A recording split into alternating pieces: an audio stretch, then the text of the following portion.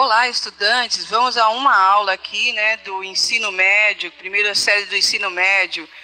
Hoje teremos o estudo do gênero literário, né, o conto, né, professor Mauro? Olá, boa tarde, queridos alunos. Vamos estudar o conto, alunos do primeiro ano do ensino médio, né? Hoje o objetivo da aula é estabelecer as particularidades do gênero literário conto a partir do caderno do aluno do primeiro bimestre. Na tela, por favor. E devemos reconhecer, a nossa habilidade para trabalhar hoje será reconhecer os elementos básicos da narrativa literária, né? O tema da aula é estudo de gênero literário conto. Vou dar esse tempinho para você se organizar, né? O almoço foi agora há pouco, deve estar organizado, está descansado. Pega o caderno, coloca lá a data de hoje, né? Coloca o tema da aula. Estou aqui lá da professora Márcia, né? Sempre um prazer. Vamos falar de literatura. Obrigada pelo seu convite, professor Mauro. Ótimo. É sempre muito bom interagir com essa aula tão prática, né? Exatamente. O objetivo da aula é que seja uma aula prática. Então, explicaremos um pouquinho, falaremos um pouquinho, mas o objetivo aqui é que nós trabalhemos. Então, ao longo da aula, haverá atividades e espero que você participe, né? Responda no seu caderno, se for possível, copiar uma ou outra pergunta, mas esse não é o foco. Responda no seu caderno, organize seu estudo e, por favor, interaja com a gente no chat sempre que solicitado. Será um prazer conversar com vocês. Na tela, o que faremos hoje? Hoje nós identificaremos os elementos da narrativa, né? O que é necessário para que uma história seja uma narrativa literária. Teremos a leitura de um conto do Machado de Assis. Sim, leremos um conto hoje aqui na aula. E faremos o reconhecimento das particularidades do gênero narrativo conto. Então, falaremos sobre o que é específico de todas as narrativas e falaremos em específico do conto em si. O que é necessário para que um texto seja um conto? Na realidade, existem vários tipos de narrativas, né? Eu costumo falar para meus alunos que, olha, a minha avó conta história, mas a minha avó não é escritora, a minha avó não é literata. Para que um texto seja considerado literatura, para que um texto seja considerado artístico, arte, é necessário que existam alguns elementos, né? É necessário que o texto seja trabalhado, é necessário que exista um trabalho com a linguagem, né? Esse trabalho com a linguagem nós conhecemos como literatura, né? Hoje vamos falar especificamente do trabalho da linguagem com um texto chamado conto. O que é específico do conto, né? Então, na tela, vamos lá. Para início de conversa, desde a mais tenra infância entramos em contato com histórias, né? Foi o que eu falei para vocês, né? Minha avó contava história, minha mãe contava história, a professora, né, no jardim de infância, né? Nós lemos. Com certeza, meus pais, né, contam muitas histórias, né? Sempre. Histórias que nos fascinam, que nos emocionam, que nos fazem refletir e que nos motivam a sermos pessoas melhores, tornando assim o mundo um lugar também melhor. Existem várias formas de se contar uma história, uma narrativa, né? Mas alguns elementos são comuns a todas elas. Eu vou mudar a tela daqui a pouquinho e vocês, por favor, se fosse uma folha de caderno, eu pediria para vocês circularem na folha de caderno, né, na atividade. Como estamos aqui, né, na aula mediada por tecnologia, eu pediria que vocês façam o quê? Anotem em um minutinho quais os elementos a seguir, que eu colocarei na tela, são comuns a uma narrativa. Ou seja, eu colocarei na tela esses elementos agora, que vocês podem observar, né? E desses elementos que eu coloquei na tela, quais deles são necessários para que uma narrativa seja considerada uma narrativa? Específico, o que é necessário para uma história ser uma narrativa? Então, pessoal, vamos lá. 3 minutinhos para vocês.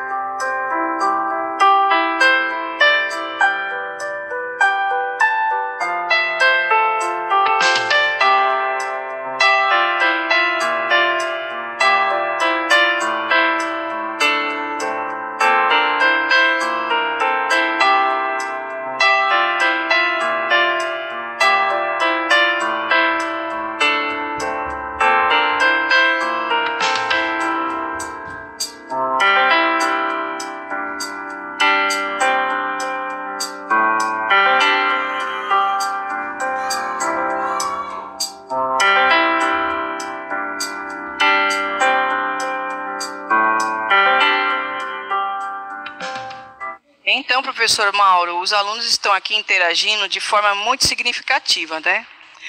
Alguns aqui responderam personagens, tese, espaço, ótimo, enredo, climas, desfecho. Então, na tela está a questão, né? Se eu estivesse na sala de aula com eles agora, eu falaria, circule os elementos, né? Sublinhe. Então, como eu estou aqui mediado por tecnologia, eu faço simplesmente esta mágica.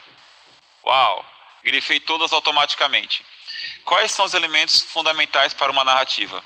Personagens, enredo, tempo, espaço, clímax, narrador, título, desfecho e o conflito. Eu peço que deixe na tela por mais um pouquinho mais de tempo, porque é necessário que a gente se aprofunde um pouquinho mais nisso, e eu acredito que vocês tenham atendido o nosso pedido, né, e copiaram no caderno esses elementos, e isso é importantíssimo não só para vocês do primeiro ano. Vocês lerão várias narrativas ao longo do ensino médio, né, da primeira série, vocês lerão várias narrativas ao longo do ensino médio, e essas narrativas carecem desses elementos, né? Então, à medida que eu vou explicando para vocês, né, vocês, por favor, do seu jeito, coloquem a explicação ao lado, que aí fica para efeito de consulta no futuro, né? Então, nesta ordem, o que são os personagens? Os personagens são aqueles que atuam na história. São as pessoas, né? Os caracteres, né? As pessoas em si. Eu acho que essa é fácil, né? São as pessoas. Enredo. O que é o enredo? O enredo é a história em si. O enredo é a sucessão de fatos, né? É a trajetória do protagonista, né? dos personagens, do protagonista ou dos personagens secundários. A questão é, o enredo é basicamente a historinha. O tempo. O tempo é a forma como a história se apresenta. A história pode se apresentar de ordem cronológica, começo, meio e fim. A história pode se apresentar em flashback, alguém contando uma história de algo que aconteceu há muito tempo. A história pode acontecer de maneira psicológica. Então, se passou de muito tempo na cabeça do personagem, mas no relógio passaram-se apenas alguns segundos, alguns minutos, né? Tem uma história muito legal de um escritor chamado Marcel Proust, um livro chamado Em Busca do Tempo Perdido. Neste livro acontece uma cena em que o personagem ele vai molhar um doce chamado Madeleine num chá, né? E o cheiro daquele doce no chá traz recordações outras para ele, e aquelas recordações permeiam páginas e páginas e páginas e páginas, e aí ele finalmente, né, morde o doce. Na leitura, provavelmente se passaram horas, né, umas 200 páginas daquele momento, que é psicológico. A pessoa apenas mordeu o doce. Então, no cotidiano, isso passa percebido em segundos. Então, o tempo é muito importante para se compreender um texto, né? Hoje falaremos de conto. Conto não é tão complexo, é algo mais simples. Então, o tempo é a história cronológica, começo, meio e fim. Ela é psicológico, é em flashback, tá? Espaço. O espaço é o lugar onde a história acontece, né? A época também, a história pode ser uma história de época, pode acontecer na Idade Média, a história pode acontecer no futuro distante, a história pode acontecer na atualidade. Então, isso tudo é importante. O clímax. O que seria o clímax? O clímax da história é o momento ápice, o momento em que é o momento que todos esperam. Se eu estivesse falando de cinema, é o momento daquela explosão final do filme de herói. É o momento daquela capotagem final do filme do Velozes e Furiosos, né? Estou falando de literatura. Então é aquele momento em que o vilão é descoberto, em que o herói vence, né? Este é o clímax. O momento ápice da história.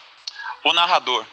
O narrador é bastante importante. O narrador é quem narra a história. Existem várias formas de narrar a história. Pode ser um personagem narrando a história, pode ser um narrador que não participa da história. Ele está ciente de tudo, inclusive dos pensamentos dos personagens, né? Mas ele não participa. Tá? Ô, professor. Sim, claro. Fazendo uma observação sobre o narrador, temos o personagem Brás Cubas, né? De Memórias Póstumas de Brás Cubas, né? Tá, aí eu estava me atentando ao início do livro, que ele é o próprio narrador da história dele, né? Sim. Brás Cubas, o curioso nesse livro, do Memórias Póstumas de Brás Cubas, que é um narrador que ele está morto e ele conta a própria história dele, depois da morte dele. Então aí tem a quebra do tempo e do personagem, do narrador, né? Um livro todo revolucionário. Porque assim, no momento em que ele fala, no começo do livro, ele fala assim, aos vermes que roeram minhas frias carnes, né? Os alunos falaram assim, professora, isso está parecendo um clímax, né? Já no começo, né, da história. Já no começo da história parece que já está contendo lá um clímax, né? Então, recomendação de leitura da professora Márcia. Leiam, por favor, Memórias Póstumas de Brás Cubas, né? Então, terminando a sequência, né? Título, o nome da história, né? O desfecho, que é o encerramento, como a história se encerra, e o conflito. O conflito, preste bastante atenção, porque é aquilo que tem que ser desenvolvido, é aquilo que tem que ser ultrapassado, é o problema a ser superado na narrativa, tá bom? Então, estes são os elementos essenciais para uma narrativa. Tá certo? Então, eu gostaria que a professora vai ler para nós um texto do Machado de Assis, um conto bem curto, para que a gente consiga. Contos já são curtos, né? Leremos um conto ainda mais curto do Machado de Assis. Eu queria que vocês agora prestassem bastante atenção nesses elementos, né? Por favor, volta na tela, né? Olha, personagens, enredo, tempo, espaço, clímax, narrador, título, desfecho e conflito. Preste bastante atenção nisso, nesses elementos, como eles se apresentam neste conto do Machado de Assis. Tá bom? Professora? Veremos agora um apólogo, Machado de Assis. Era uma vez uma agulha que disse a um novelo de linha: por que está com você esse ar, toda cheia de si, toda enrolada para fingir que vale alguma coisa nesse mundo? Deixe-me, senhora. Que a deixe. Que a deixe, por quê? Porque lhe digo que está com um ar insuportável. Repito que sim, e falarei sempre que der na cabeça. Que cabeça, senhora? A senhora não é alfinete, é agulha. A agulha não tem cabeça. Que lhe importa o meu ar? Cada qual tem o seu ar. Deus que lhe deu. Importa-se com sua vida e deixa dos outros. Mas você é orgulhosa, de certo que sou. Mas por quê? É boa, picoso. Então, os vestidos e enfeites de nossa ama, quem é os que cose, senão eu? Você está agora melhor que cose. Você ignora os que cose, sou eu e muito eu. Você fura o pano, nada mais. E eu que coso, prendo um pedaço a outro, dou feição aos babados. Sim, mas que vale isso? E eu que furo o pano, vou adiante, puxando por você que vem atrás, obedecendo o que eu faço e mando. Também os bastidores vão adiante do imperador. Não diga isso, mas a verdade é o que faz um papel subalterno, indo adiante, vai só mostrando o caminho, vai fazendo o trabalho obscuro e infimo, e eu que prendo, ligo, ajunto. Estavam nisto, e quando a costureira chegou à casa da baronesa, não sei o que disse que isso passava, em casa de uma baronesa, que tinha a modista ao pé de si, para não andar atrás dela. Chegou a costureira, pegou do pano, pegou a agulha, pegou da linha, enfiou a linha na agulha e entrou a coser. Uma a outra, andando orgulhosas pelo pano adiante, que era a melhor das sedas, entre os dedos da costureira, ágeis como galgos de Diana, para dar a isto uma cor poética, e dizia a agulha: então, senhora linha, ainda teima no que dizia há pouco? Não repara que eu, distinta costureira, só importo comigo, e eu vou aqui entre os dedos dela, unindo a eles, furando abaixo e acima. A linha não respondia, ia andando, buraco aberto pela agulha, era logo enchida por ela, silenciosa e ativa, como quem a faz, e não por ali ouvir palavras loucas. A agulha, vendo que ela não lhe dava resposta, calou-se então e foi andando, e era tudo silêncio na saleta de costura. Não se ouvia mais o plique-plique, plique-plique da agulha no pano. Caindo o sol, a costureira dobrou a costura para o dia seguinte, continuou ainda nessa e no outro, até que no quarto acabou a obra e ficou esperando o baile. Veio a noite do baile e a baronesa vestiu-se. A costureira, que a ajudou a vestir-se, levava a agulha espetada no corpinho para dar ponto necessário. E enquanto compunha o vestido da bela dama e puxava de um lado a outro, arregaçava dali, alisando, abotoando, acolcheteando a linha para mofar a agulha, perguntou-lhe: ora agora, diga-me, quem é que vai ao baile no corpo da baronesa, fazendo parte do vestido e da elegância? Quem é que vai dançar com ministros e diplomatas, enquanto você volta para a caixinha de costureira antes de ir para o bailão das mucamas? Vamos, diga lá. Parece que a agulha não disse nada, mas um alfinete da cabeça grande, não com a menor experiência, murmurou a pobre agulha: ande, aprende, tola. Cansastes em abrir caminho para ela e agora vai gozar da vida enquanto aí ficas na caixinha de costura? Faça como eu, não abro caminho para ninguém, onde espetam fico. Contei essa história a um professor de melancolia que me disse, abandonando a cabeça: também eu tenho servido de agulha a muita linha ordinária. Conto de Machado de Assis. Machado de Assis, um conto genial do Machado de Assis, né? O que? Você tem lá uma agulha que está provocando a linha, né? Lá no jogo de costura de uma baronesa, né?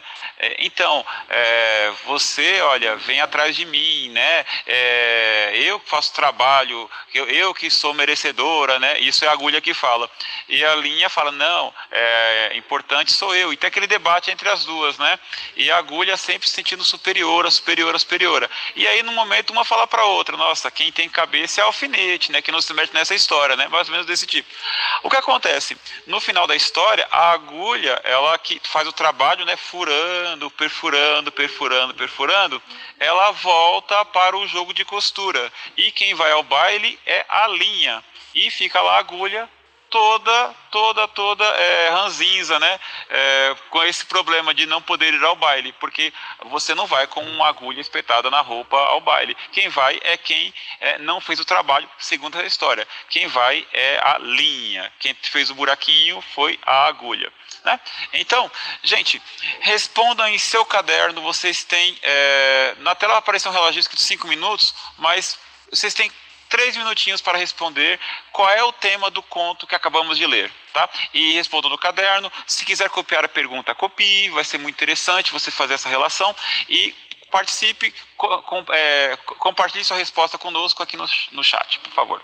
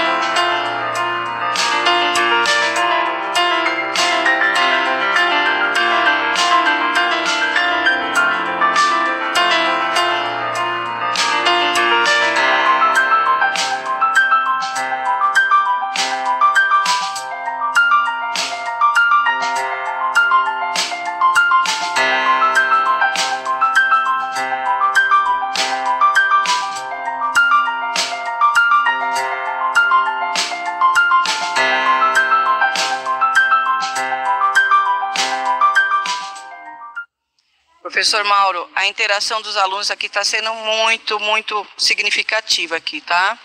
Alguns alunos colocaram aqui inveja, linha e agulha, orgulho, conflito pessoal, ironização de costumes humanos através de personagens inanimados.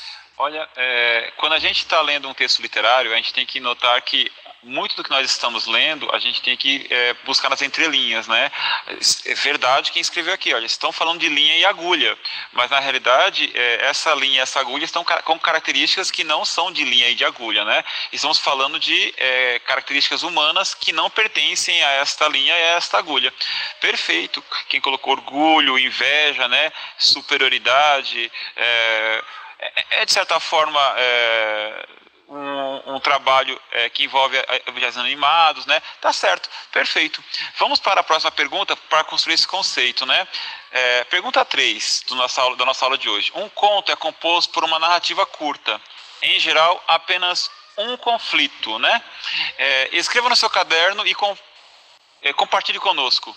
Qual é o principal conflito do conto Um Apólogo, de Machado de Assis? Tá? Na tela está escrito 3 minutinhos, mas não é necessário, né? Para essa resposta, qual é o conflito? Acho que vocês estão bem cientes do qual é o conflito da história. 1 minutinho para vocês, compartilhe conosco qual é o conflito deste conto que nós lemos. 1 minuto.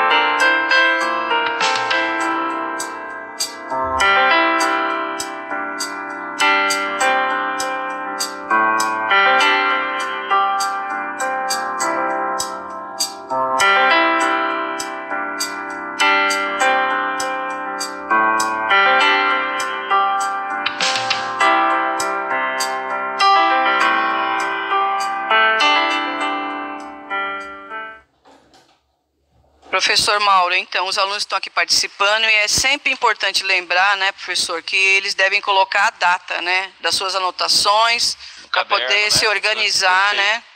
Então, aqui, ó, alguns alunos responderam aqui, os estudantes, né, orgulho, inveja, quem irá ao baile, superioridade e ego.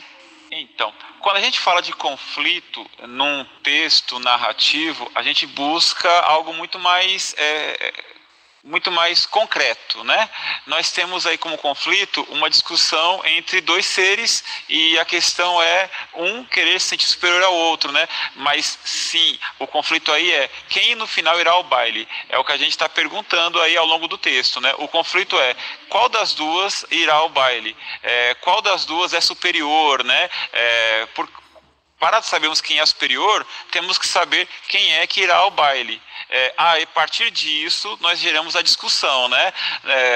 Será que superioridade tem a ver com quem vai ao baile, com quem vai para a festa, né? Lembra que tem um alfinete lá, tá falando, o alfinete tem cabeça, ele pensa, né? Mas assim, o conflito aí no ponto é quem vai ao baile. Tá certo? Quem respondeu isso, nossa, parabéns. Os demais já estão interpretando, ótimo, excelentes participações, né?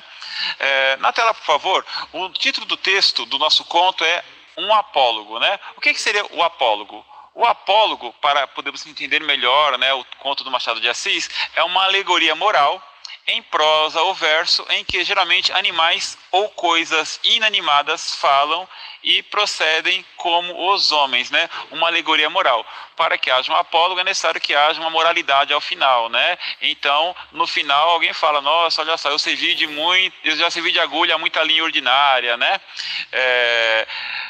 Na tela novamente, o que acontece nesse conto é uma personificação.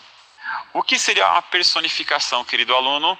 Uma personificação é quando a pessoa interpreta, representa de modo perfeito uma ideia, uma designação atribuída aos seres Inanimados, abstratos, de ações, qualidades, sentimentos próprios do homem. Ou seja, uma personificação, se você procurar o sentido de dicionário, quer dizer muita coisa.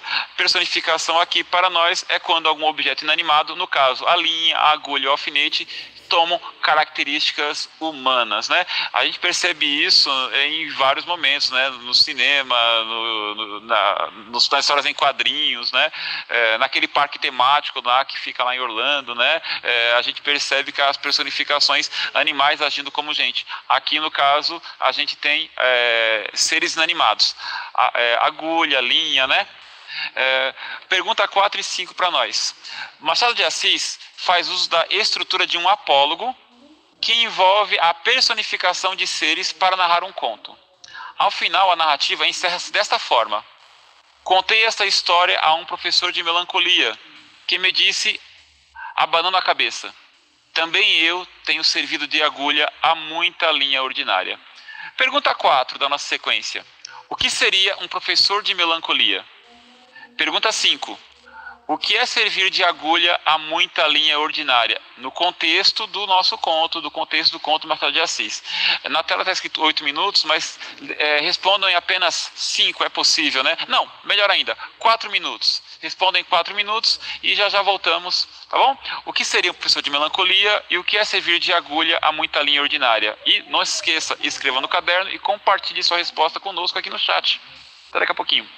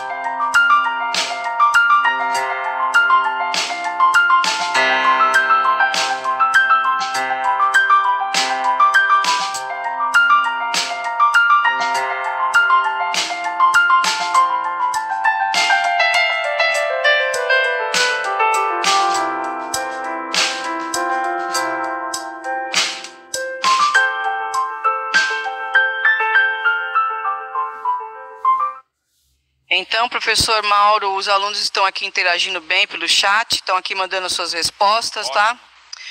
O Rafael, né, ele colocou aqui: servir de agulha é como ser escravo de alguém. A Tainá colocou: fazer todo o trabalho e o outro levar o crédito. A Thalita: ajudar as pessoas que não deu o devido valor por ter ajudado ela. Maria Eduarda também colocou aqui: abrir espaço para outras pessoas. Sim, verdade. E na pergunta 4, né, eles responderam que professor de melancolia é um professor chateado, triste, né, como as pessoas fazem com ele, né. Muito bom, adorei as participações, excelentes, né. Servir de agulha é como ser escravo de alguém, é fazer o serviço e outra pessoa levar o crédito. Olha quanta profundidade tem num conto, né, bem curtinho do Machado de Assis. Um conto curto parece redundância, né, mas para quem conhece os contos do Machado de Assis, sabe que os contos dele são um pouquinho maiores, né? Esse conto é bem enxugadinho, bem pequenininho mesmo, mas olha quanta profundidade. Por exemplo, um professor de melancolia. Professor de melancolia não é só a pessoa chateada com o que fazem com ela. Também, mas é alguém que ensina isso. Professor de melancolia é alguém que ensina melancolia, é alguém que ensina tristeza, né?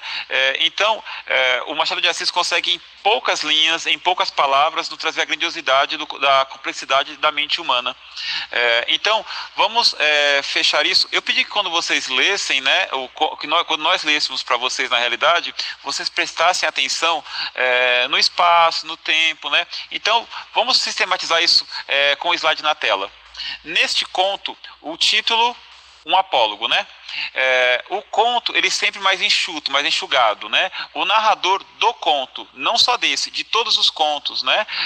O narrador, nesse no caso, ele é um narrador onisciente. Você não sabe quem está narrando a história, né? Então você não sabe. Ele sabe o que os personagens pensam, os personagens sentem e tal. Enquanto narração, é isso. Personagens, aí sim. Específico do conto. Os personagens num conto são bem poucos, muito poucos personagens. Aí a agulha, a linha, o alfinete, né, e alguns personagens secundários. Não é o espaço de uma obra enorme, um livro grande, um romance, né, uma novela. É um conto. Poucos personagens. Num conto, o espaço é reduzido. Notem que no conto Um Apólogo, o espaço é a casa da baronesa, o quarto de costura da baronesa.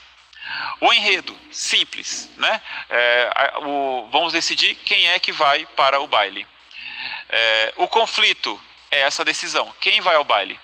O tempo é cronológico, começo, meio, fim da história.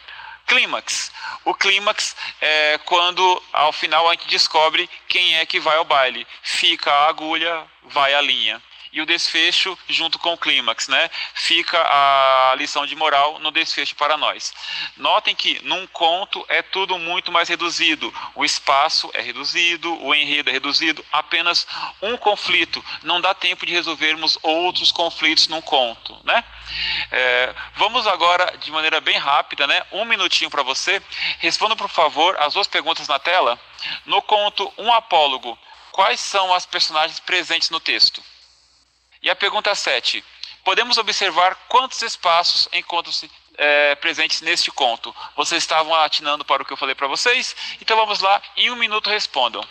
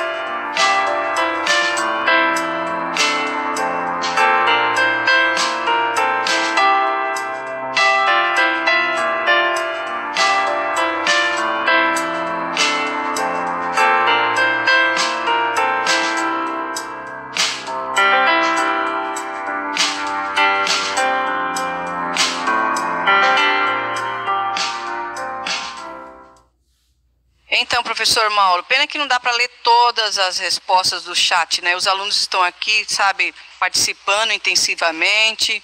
Vamos lá, a questão 6, eles responderam aqui. Agulha, linha, alfinete, costureira, baronesa, professor de melancolia. E na questão 7, eles responderam, na casa da baronesa, no quarto, é o local que está o professor de melancolia. Professor de melancolia, na realidade, ele é citado, não chega a ser um personagem, tá? Mas assim, tirando isso, perfeitas as respostas de todos vocês.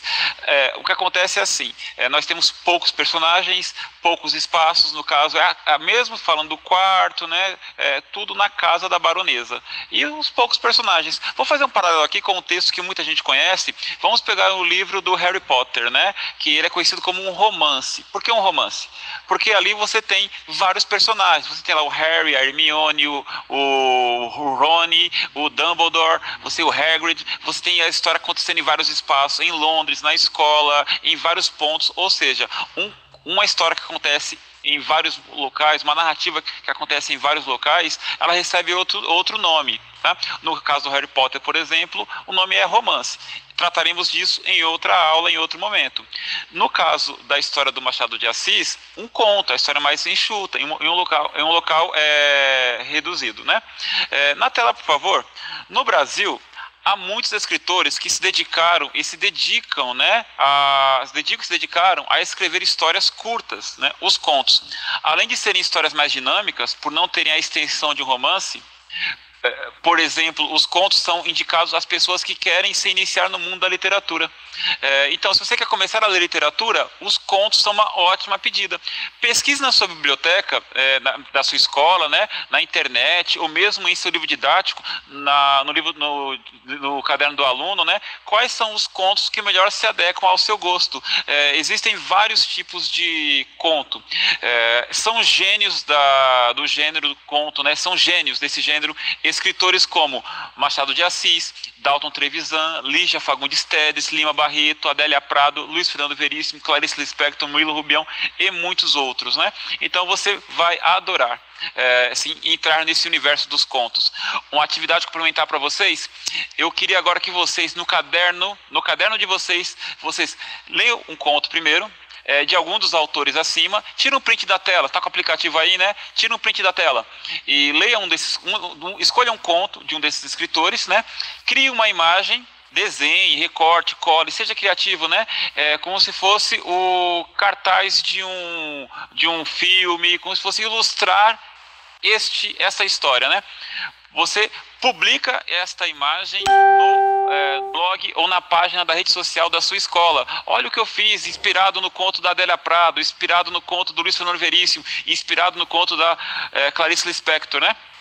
Compartilhe a sua história. Não se esqueça de indicar o título e o nome do autor que inspirou a sua imagem, tá certo? Estamos aqui encerrando a nossa aula, professora Márcia. Foi um prazer ter a interação. Muito obrigada, professor Mauro, pelo convite. É sempre muito gratificante essa participação intensiva dos alunos pelo chat, tá? Então, muito obrigada. Muito obrigado, pessoal. Voltamos na sequência com